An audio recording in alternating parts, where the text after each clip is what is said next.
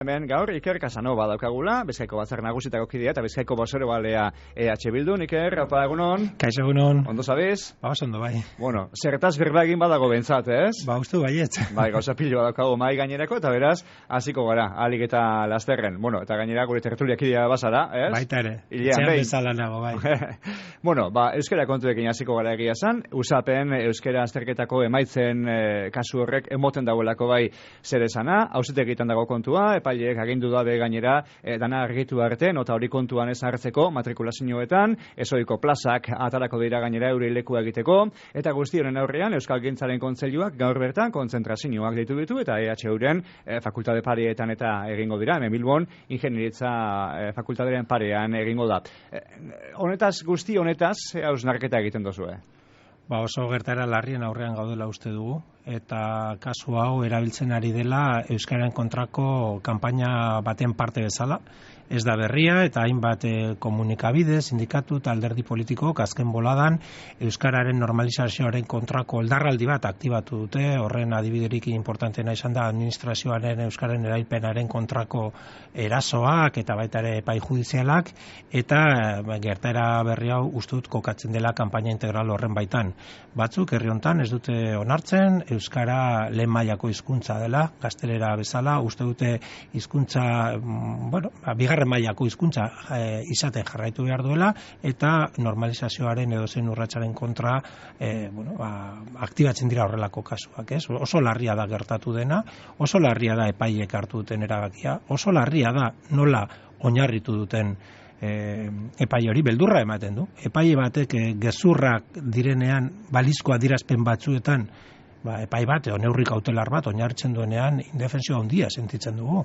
Jartzen dira rektorearen ahotan berak esan ez dituen gauzak, eta hipotesi eta baldintzaz beteriko auto baten bidez, privilegio bat ematen zaie gazte batzuei, beste guztien gainetik zorionez, EHUk ondo erantzun du, plaza berria sortu ditu, inor ez da kanpoan geratuko bidegabekeri honen aurrean, baina oso larria da. Eta esan behar da, eta penaz esaten dut, esan behar da ere, oso larria izan dela Jaurlaritzaren jarrera polemika honetan guztietan. Uste dute lehenetsi duela Euskal Herriko Unibertsitatearen kontra aritzea eta baliatzea polemika hau, benetan Euskara eta Unibertsitate Publikoa defendatzea baino.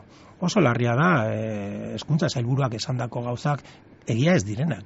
Jaurlaritza da azterketa hauen koantolatzailea, beraie diseinatu dituzte unibertsitatearekin batera protokoloak horiek legea estuki jarraituta egin dira.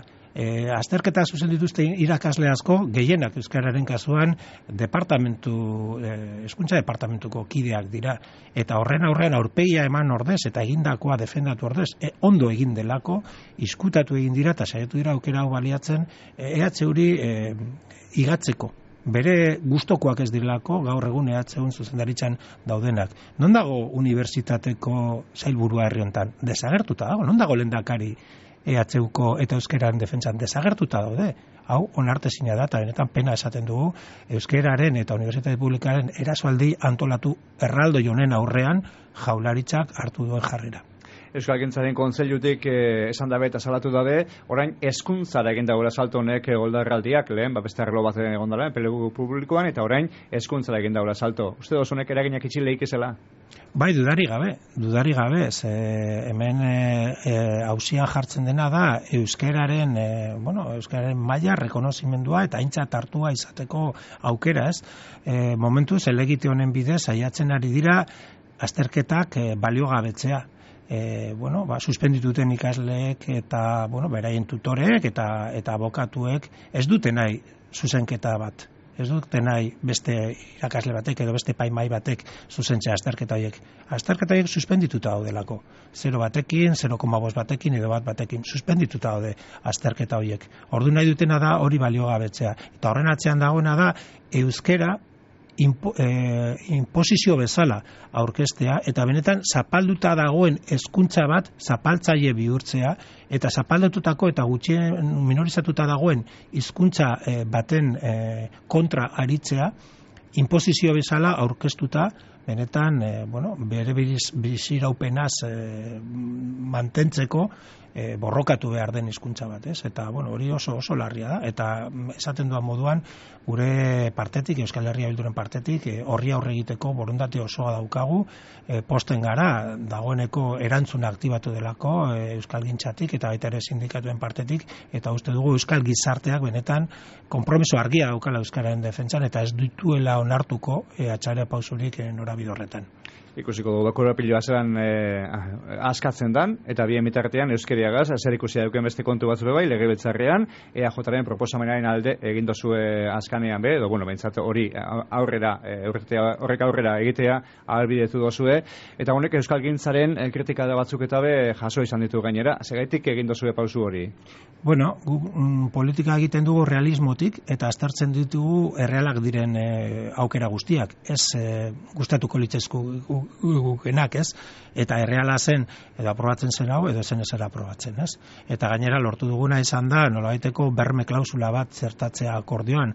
Hau da, bide honetatik lortzen badira bilatzen ditugun emaitzak, hau da, administrazioan euskara eskakizun duinak bermatzea, edo EAJaren partetik konpromeso bat sinatu egin da, eta akordio publikoa da, aztertzeko eta beste bide batzuk jorratzeko. Beraz, edo lortzen dugu bilatzen dugun helburua, edo lortu dugu dagoeneko konpromeso bat helburu horiek bermatzeko aktibatuko lirateken neurri berriak. Beraz, ez da guri gustatzen zaiguna, ez da guk egin genuen proposamena, guk pensatzen genuen marko konzeptual aldatu beharko zela eta berez administrazio osoa elebiduna izatearen izaera legez blindatu egin beharko zela, eta hori zela eraginkorrena nahi duguna lortzeko, ez dugu lortu EAJak ez zuelako nahi, eta lortu duguna da erdibideko bat, eta kasu honetan uste dugu hobedela hau, akordio horik ez egote baino, akordioren ezean badakigu zegoera dagoen, eta badakigu zen epaiek atzera bota dezake plegu eskaintza bat euskara eskakizuna dela eta. Eta beste alde batzuen kritikea da, adostasuna apurtu dela. Ikusten dozu, adostasun hau, akordio hau zabaltzeko aukerarik beste batzuekin? Hemen, herri hondan lehen aipatu dut beldurgarria den epaileen autoa, eta nire ustez beldurgarria da gobernua osatzen duen alderdi batek bere buruari, bere gobernuari leporatu diela hizkuntza parjeida martxan jartzea. Hau, benetan surrealista da. Alderdi sozialistak eta bere ez dakita hezkuntza edo hizkuntza arduraduna orain ez du gogoratzen, agiri baten esan du akordio honekin hizkuntza apartheida aktibatzen dugula. Hori da soek esaten duena, eta soe da gobernu baten parte, ez? Egoera honetara heldu gara. Batzuk atzera joten ari dira, batzuk ikusi dute euskaran beraien gainbera eta euskal gizartearekiko konexioaren etengabeko galerari buelta emoteko aukera bat, bakite, euskaldun guztiok ez dugula euskara hitz egiten, bakigu zaila dela euskara hartzea, ez bazara berez jatorriz euskaldun zarra, eta uste dute agrabio bat artikulatu dezakete politikoki agrabio horretatik onura eta etekin politikoak eskuratzeko. Eta hori bada atzera pauso onartezin bat. Euskal gizarteak aspaldi erabaki zuen elebiduna izan nahi zuela, eta elebidutasun hori lortzeko gaur-gaurkoz ahul minorizatua historikoki jazarpena jasan duen hizkuntzari bultzada eman behar zaio. Euskerari bultzada berezia eman behar zaio. Eta hori auzian jartzea da hizkuntza normalizazioa eta euskara dauzkan eskubideak eta euskalduna dauzkan eskubideak kolokan jartzea. Hauteskunde giroan sartuta gozatagoeneko, lasterre inkesten emaitzak eta aipatuko ditugu, aztertuko ditugu, baina horretik, Agran Lotegik egindako proposamen horren inguruko argibide batzu eskatuko dutzugu, ez? Zerrenda nazionala, Espainiako hauteskundei begira, gero hemen, aukeria egotea baita gobernu edo jaurlaritza zabalak eratzeko eta zelako proposamena dira horrek eta aukerak ikusten duzu horretarako? Nik uste dut gaur-gaurkoz proposamen hori zaila dela eta gehiago entzun da beste arduradun politiko batzuek emandako erantzunak eta erakutsitako jarrera, ez? Baina nik uste dut aztertzea merezi duela. Gu planteatzen duguna momentu honetan oso posiblea dela Estatu Espainolean oso gobernu eskuindar atzerakoi eta oldarkor bat aktibatzea. Eta horren aurrean, herri bezala erantzun behar dugula, eta ez gure arteko ikamiketan indarrak galtzea, datorkigun mehatzua oso handia delako. Hemen alderdi popularra eta bost gobernura heltzen badira, erasoaldi integral bat egongo da Euskaldunon eskubideen kontra. Eskubide sozialak, eskubide politikoak, eskubide linguistikoak, eskubide nazionalak, eta erabaki behar duguna da nola egiten diogun aurre horri. Ia alderdi bakoitza lehenetziko dituen bere siglaren emaitzak epe laburrean edo herri bezala gai garen artikulatzeko gure eskubideen defentsarako tresna bat. Baita ere herri bezala bidegurutze historiko batean gaude, mundua transformazio prozesu oso sakonetan murgilduta dago, eta herri bezala iraun nahi badugu, uste dugu konsensu minimo batzuk artikulatu egin behar dira, politika berrituak aktibatzeko herri honetan erronka horiei erantzuteko. Eta horrek ere eskatzen dugu elkarlana. Beraz, gu elkarlanerako proposamenak egin ditugu, bai, modu defensibo batean, baina baita ere eraikitzeko gure herritik erronka horien aurrean dinamika partekatuak. Zoritxarrez, erantzuna ez da izan oso begirunezkoa eta oso jatorra, ez? Momentuz behintzat, ez da, horretarako kreek ez da ikusten behintzat, ez da, horre besteak beste PNV-tik esan dabe eta proiekturik ez daukazuelako, fasismoaren kontrako burruka hau, baina ez daukazuela. Bai, bitxia da, ez? Porque medioetan orain irakurtzen ari naiz eta entzuten ari naiz, EH Bildu eta EAJen artean eztabaida berotzen ari dela, eta baina, azter dezagun bakoitzak zer esan duen, ez?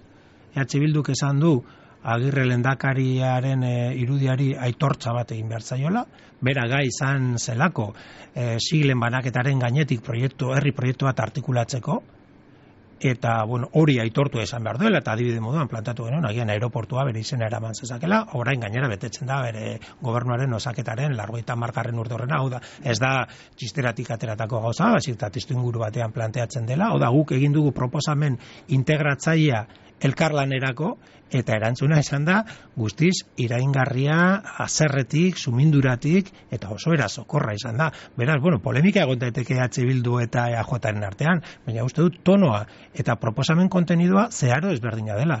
Batzuk, batzutan asmatuko dugun eta bestetan ez, baina modu eraikitzailean egiten ari gara proposamen bat, eta beste batzuk irainetik erantzuten ari dira. Nik uste dut hori ere hiritarrek kontutan eduki beharko dutela. Hauteskunde giroan gagoz egon bet, honakoetan ikamikak gainera berotu egiten dira, ez da? Eta inkestape, aspaldion, asko ikusten gabilz eta ezagutzen gabilz, azkanengoa gizakerrek egindakoa da, eta hementxe Bizkaian egin ezkero behintzat hauteskundeak orain, Eusko Alderdi Jeltzaleak irabaziko leukez, hauteskundeak, ordezkari bat gehiagogaz, EH Bildu bigarren indarra, bat edo bi irabazita, eta, gainerakoek gehien ebentzat ordezkariren bat galdu egiten dabe, inkesta honen, ze balorazio egiten dozu, Balorazio positiboa nola ez, Euskal Herria Bildurentzat inoizko emaitzarik onenak aurre ikusten direlako, ez? Eta inkesta hau eta beste inkesta batzuk kontutan hartu gabe ezin da ulertu azken aste hilabeteetan Euskal politika gintzan gertatzen ari dena eta batzuk inposatu nahi duten tonua.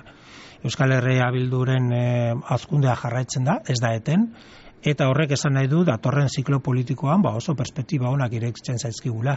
Eta honek batzuk, batez ere EAJan eta EAJko zuzendaritzan oso urduri jarri ditu, ez? Eta EH Bilduren kontrako oldarkortasuna, irainak eta tonu zakar horren azalpena bada, EAJaren eta Aitor Estebaren urduritasuna EH Bilduren gorakadaren aurrean, ez? Eta uste dut hori ere hiritarrok kontutan hartu behar dute.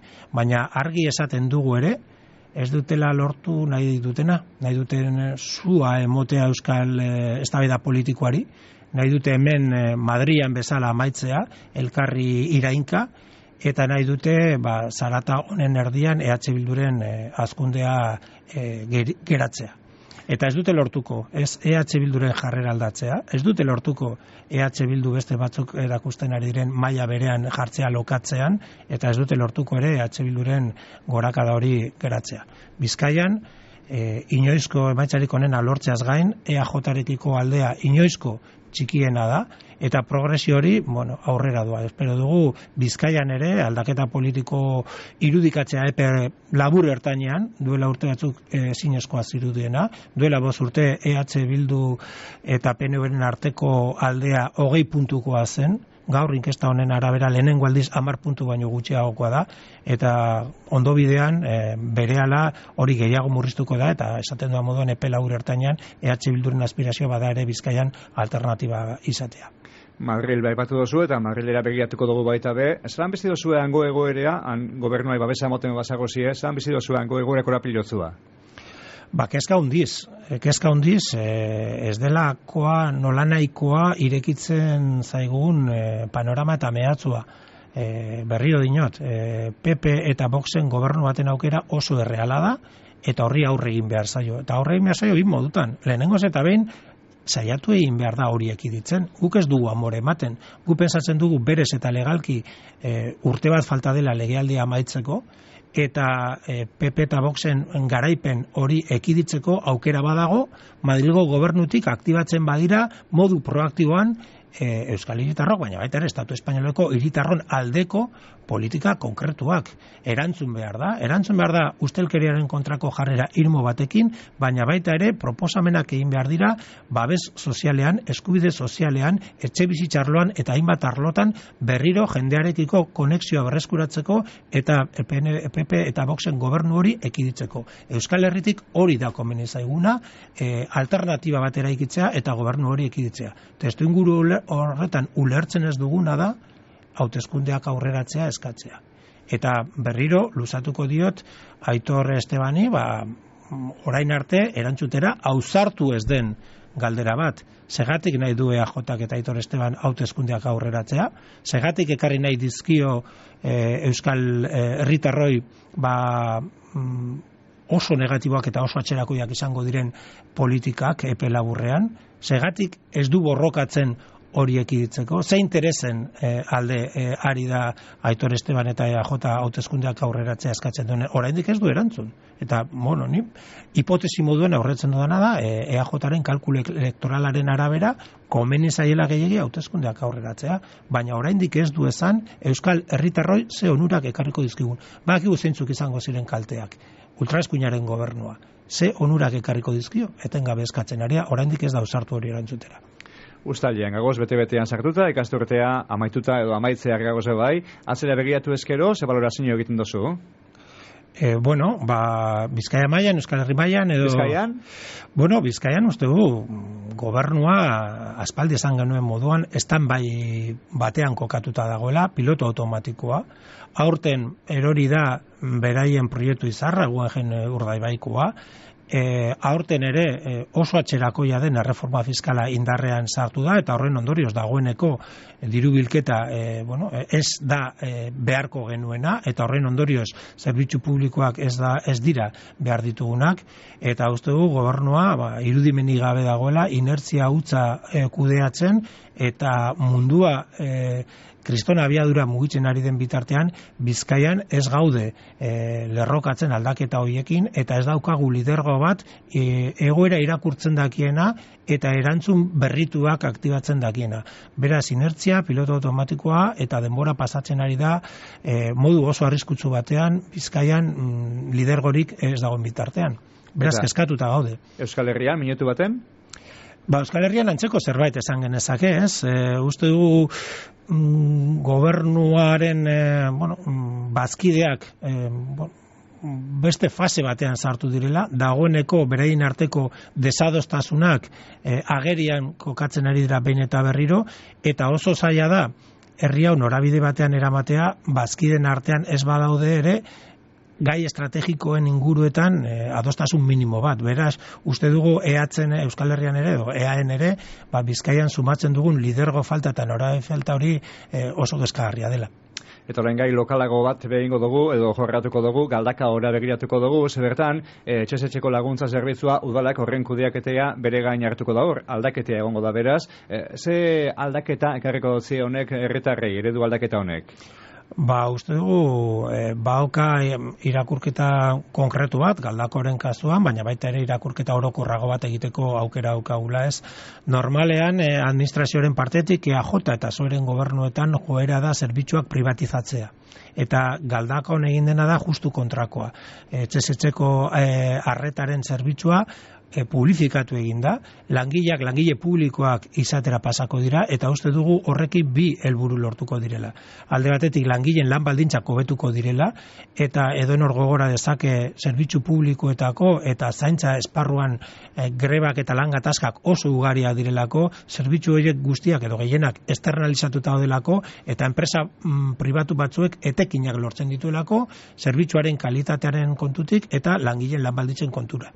Beraz, publifikazioa egiten duena da euro bakoitza, inbertitutako euro bakoitza, bihurtzen dela benetan zerbitzua eta arreta. Langileak hobeto daude eta baita ere hiritarrak hobeto hartatuak daude. Eta esaten nuen moduan testuinguru zabalago batean horrek erakusten du erreza ez den arren posiblea dela zerbitzu publikoak indartzea eta zerbitzua publifikatzea privatizazio olatuaren kontrako norabidean. Beraz, uste dut txalotzeko eta posik egoteko berria badela.